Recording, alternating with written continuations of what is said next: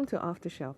I'm your host, Yvonne Wolf, and today our returning guest is Peter Nolan. He is a retired journalist and the author of News Stories. Peter, nice to have you back again. Well, thanks for having me here. In this book, News Stories, is a memoir. Can you tell us a little bit about why it's not an autobiography?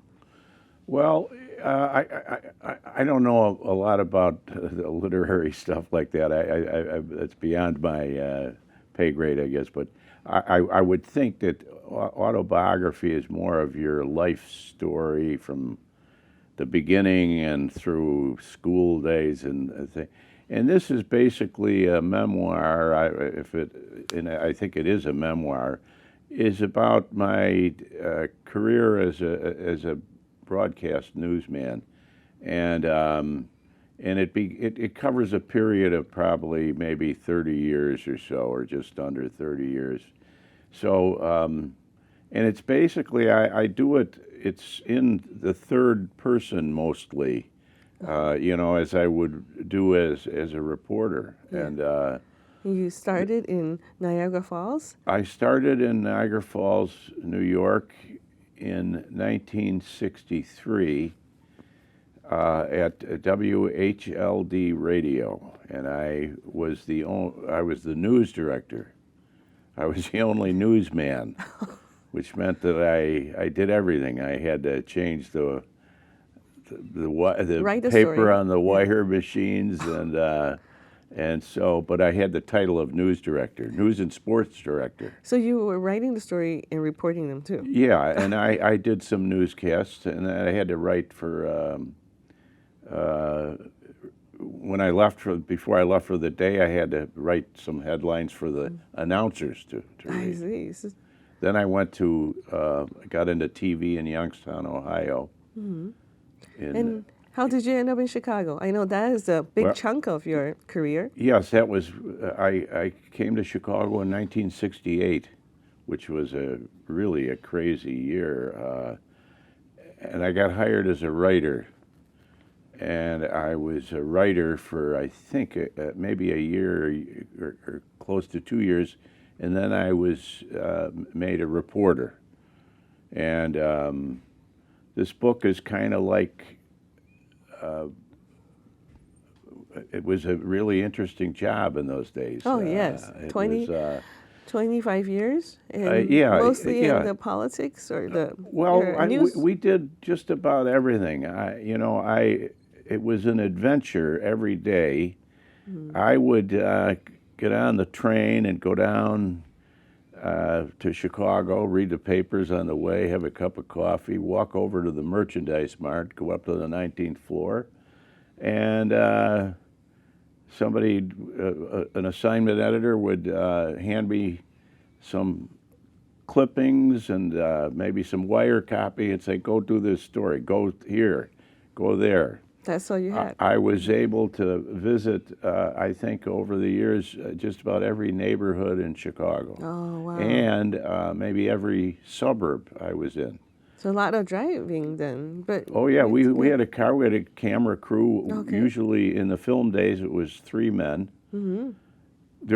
Later, some women. We had some women camera people. Yes. Came aboard. And we would... I spent a lot of time just doing different stories, but also a lot of time at City Hall, mm-hmm. covering the city council. And Mayor Daley, not the Mayor Daley you know, but his father, yes. who was in office for 20 years, Richard J. Daley. And we chased him around a lot. Would get assigned to cover the legislature in Springfield. I see. So we did drive down. That's a good. It's about a 2.5, 3 hour drive to Springfield. So back then you would drive, not take the train. Well, we did everything. We flew down there sometimes. Sometimes we'd take the train, but a lot of times we would drive. Wow. Because it was easier to have all the equipment and everything they needed. And so that was kind of it. We used to do a story in those days. 2 minutes was a lot of time. That was an eternity in television in those days. Now today Still is, I think. well, it is, but today is television is all talk, talk, talk, and more talk. Right. And they don't do many stories anymore. They don't go out. It's people talking and like we're doing here. Right. Right. Yeah, that's kind of about what it was. And I was able to. I kept all my scripts that I did in Chicago, so I could, when I was writing this, I could reference them. And of course, I could go longer than 2 minutes if I was a story that I. So your story was very compact. It had to fit and complete all the facts and the Yes, yeah, the it did. Yeah, you needed to story do had that to for end. on the air. Yes. And most of the stories in the book, not all of them, but most of them are were on the air, were broadcast. Uh-huh. I'll give you an example. An alderman, his name was Fred Hubbard, absconded with about, I forget, it was, I don't know, a couple $100,000 in federal funds. He was in charge of some federal program, and he was a gambler. Oh no. And he was missing for a long time. They caught him out in California. I went out there. Then you had, well, one of the stories in the book is when President Kennedy Yes. died. Now, Yes. I had just started in Niagara Falls, and That's 1966. Yeah. 1963, 63. Oh. November 22nd, I think. Yes, it is. it's November 22nd. Yeah, in 1963, and that the shooting occurred in Dallas, which was 1,300 miles from Niagara Falls. But I write this story telling how we, as a small media outlet, like every other media outlet in the country, was trying to cover this story. Yes. So I tell them, and I had just started. They handed me. When I got the call to get into the studio right away, they handed me wire copy, and there was a bulletin that the president had been shot in Dallas. Yes. And I kept reading stuff on the air, and then eventually they called it a flash, more News than a flash. bulletin that said the president is dead.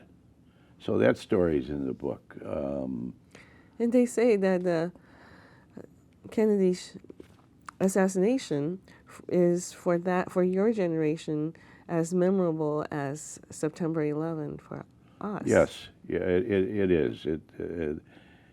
It was. I remember we had. My boss eventually, after this happened on a Friday, I believe it was a Friday, and we kept, reading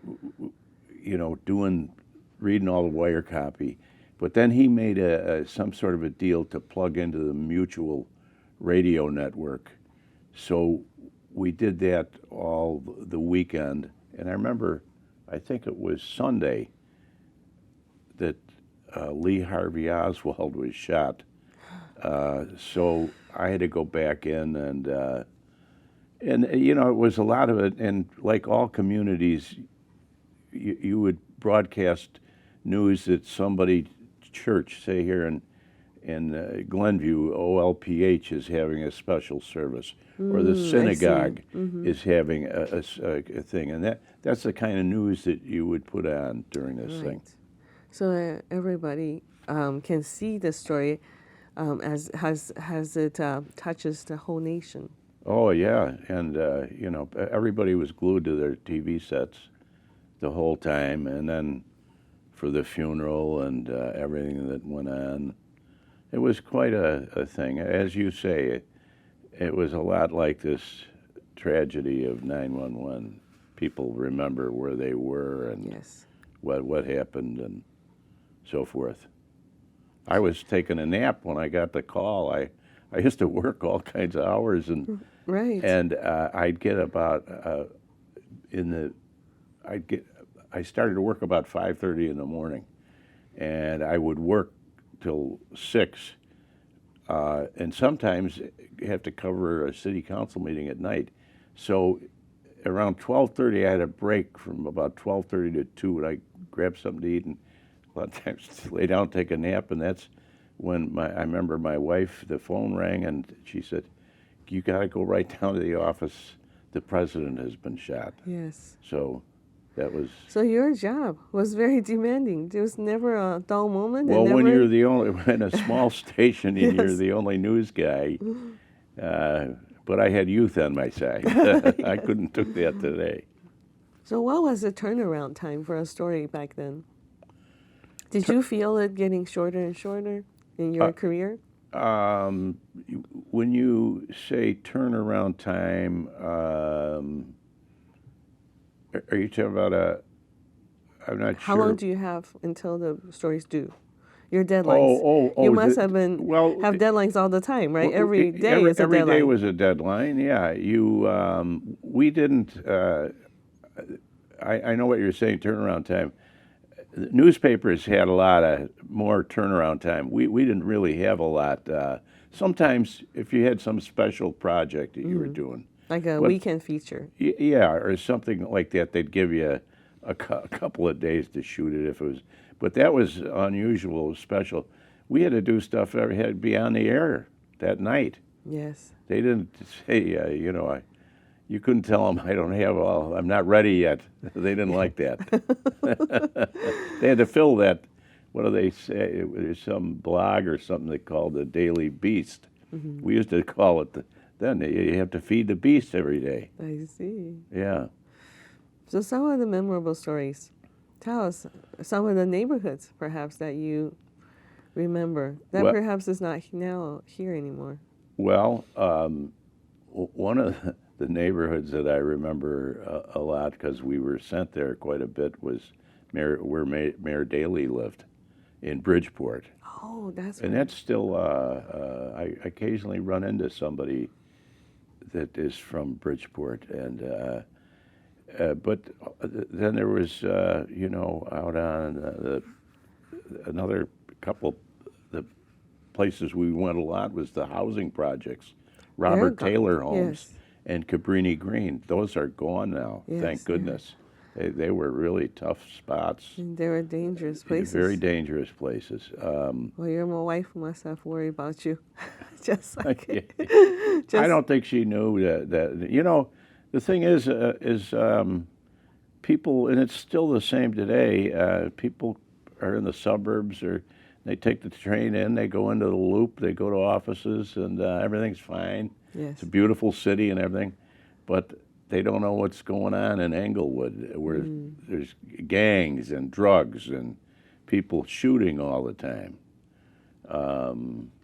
I remember saying one time that the police ought to get a hold of the gangs and give them training on how to fire the guns, because, and it's still this way today, these people don't know how to shoot. They're trying to shoot their enemy instead of they hit some little girl sitting on the stoop, Yes, which is so a terrible, tragic. Yes. tragic thing. I was kind of tongue-in-cheek about it. They Right. wouldn't do that, but you almost wished if Yes. they're going to shoot each other, that they knew how to shoot so they could hit the right people Right. instead And of so hitting many- some bystander or some kid in a crib Yes. is It's a across wild the shot. way. Yeah. Right, it's across the way. But anyway, there was There's a so lot of many- violence Yeah. then like that, and it's usually So did they ever give you a bulletproof vest? no, no. But I'll tell you this: we did have bodyguards You did? many times. Yeah, if we went into the projects, and it was required. The camera crews required it by their contract, To be- and we would have a armed Escort. policeman with us, and Chicago they would. PD. Chicago, usually off-duty Chicago PD. You're off duty. Yeah, Okay. we had a lot of Chicago PD off-duty guys working as couriers. Ah, I see. So a lot of times, and they were Circuit they liked courier. having them because they were armed. Yes. But Wow. I don't remember too many. I don't remember any incidents where we were attacked or anything like that. Yes. So in Bridgeport is very different now. I'm not from Chicago, so Bridgeport yeah. is, and somebody was telling me that now there's a lot. It used to be all Irish and Italian. And Now now it's there's very Chinese. there's Chinese. That's what I hear. That's right. And I said, well, how did that? Well, it's right near Chinatown. Right, and the So Chinese are moving. Chinese are moving over, in there, yeah. but and it is a nice neighborhood, you know. And I'm trying to think of some of the other neighborhoods that I visited. But those are the ones that Englewood. I remember spending an evening with a camera crew riding with a police car around Englewood. Wow. And, you know, there'd be shooting, and we do that. I know the South Side had a Jewish town or village. There was a very, you got me stumped here. There's I think it was not Humboldt Park, but Hyde? the boulevard that runs from Humboldt Park goes. That's another interesting thing. The boulevard system in Chicago is really interesting. I've gone all around there, but there's a boulevard that goes from Humboldt Park and connects to the south side, and there's a big temple there, and it was an old Jewish neighborhood, and I can't remember the name of it. That's my age is creeping up on me now, but I'll think of it about when we're off the air. I'll think of it. But it's in the it's just on the near south west side, I think. But there were I'm trying to think of some other big stories. Well, one was the death of Mayor Daley. Yes. That was a huge story. And did you cover this in your memoir too? I cover a lot of Daley in there, but not. I didn't write about his death for some reason. I don't know why, but there's a lot of characters in the book. People, you know, that are not real well known, you know, big media stars. There's a lot of the little people are in this book. Mm. So I don't think I have a story about Daley. There must be something. I'm thinking there's a lot of him in my first book, Campaign. Yes, which that's was all about, yeah. I wrote a lot about Richard J. Daley. How was it to organize this book? Did you find it fairly simple because it's chronological, or did you feel like there's so much that you had to edit out? You want to make it compact and within a certain number of pages?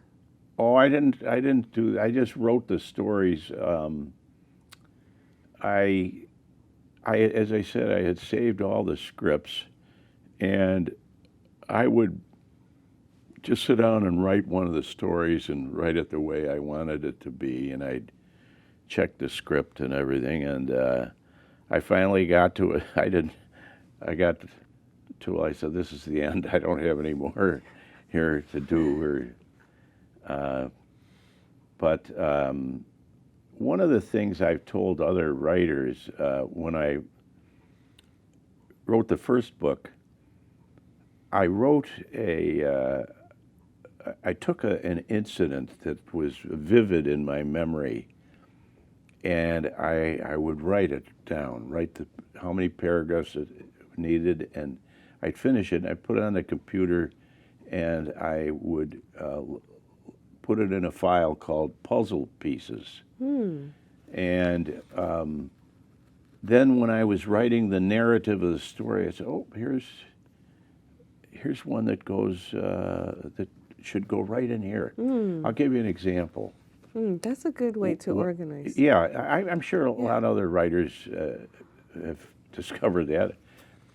One interview I did with a man named Bernie Nystein, who was a state senator.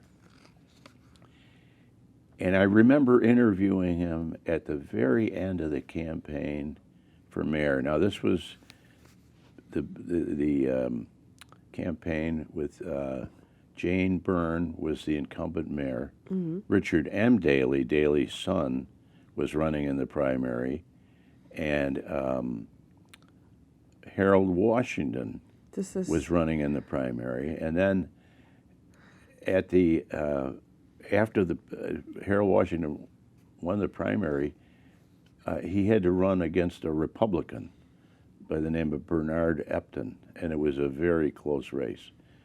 And I interviewed this guy, Bernie Nystine, who was an old-time political ward guy, and I remember I sat down with him, and we reminisced a little bit about Springfield. He had served in Springfield. One of his lines was, he says, you know, I was down there, he says, there was so much BS flying around down there, you had to go to the men's room to get a breath of fresh air.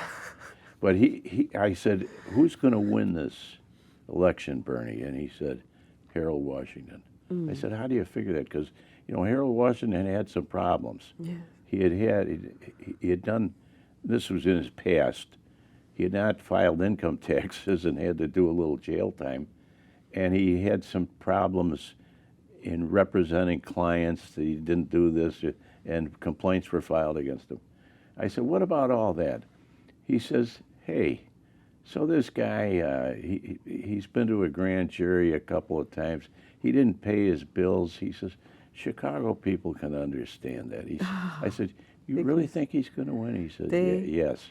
They can identify. So I remembered this interview, and I said, I got to write this down. And I wrote it all down. I put it in the computer. It's one of the first things I did. And there were other incidents like that, and I write it, put it in there. And then when I started, here's how the thing starts, you know, and I gave the history of Mayor Daley. The background. And then you throw in this interview. Yes, this is a very good tip, I think, a very good editing tip, because as writers, parts or scenes just come so real to people, and then you want to record it, but you don't know where it goes. Yes. And this is a way to use computer to help us put our finger on it really quickly when we That's right, yeah. And know where to put it. Yes. Puzzle. Yeah. And everybody's got a story, you know. I've encouraged people, you know, I had an interesting job, but there's people that have other interesting jobs, you know. Policemen, a lot of policemen are writers. Oh, yes. I'm looking forward to meeting firemen, one. A mailman, all kinds of things that you, if you're inclined to write about it.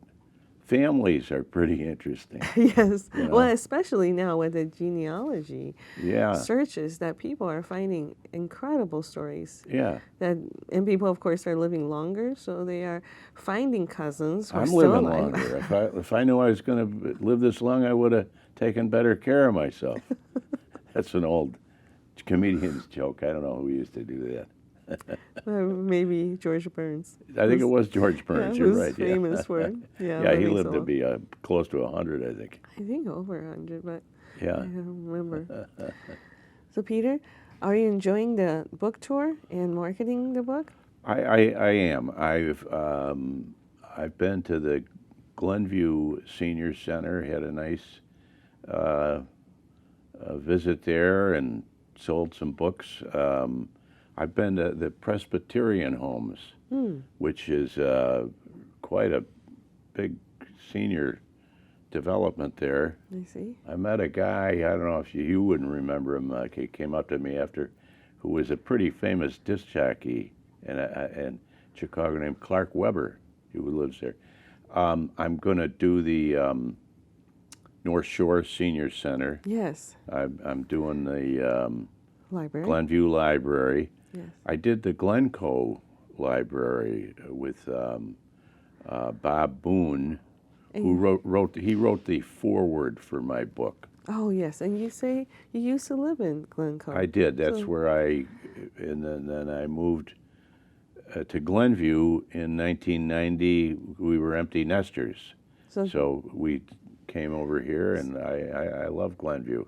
And I like Glencoe, too. So when you went to the Glencoe Library, it was a nice reunion with your former neighbors. Yes. And I had my 80th birthday here recently. Wow. I know, Everybody's saying he know. doesn't look that. I hope they're saying he No. doesn't look that Oh, old, you but I don't am look that. But we had at my kids threw a party at the Glencoe Beach. Oh, how nice. Yeah. So, do you feel very satisfied with the book? What is your next project now? Well, I'm kind of looking at a project that, and it's, I've dabbled with the idea of maybe doing some fiction because doing the research on book, I want it to be absolutely correct, and that Yes. takes a lot of digging and Yes. fact checking, and so I'm thinking Cross-checking, too. yes, and I'm thinking of doing some fiction because where when you're doing a story about you want to be correct about what you're doing, but you don't have to be absolutely. Yes. Well, I understand that's a big crossover between Yeah. nonfiction and fiction. Yeah. It is a totally different I think it is, and yeah, genre. I got a story that I'm working on that's nonfiction, so we'll see what happens. Well, thank you, Peter, for coming back and revisiting us. Thank you. Nice to be here again.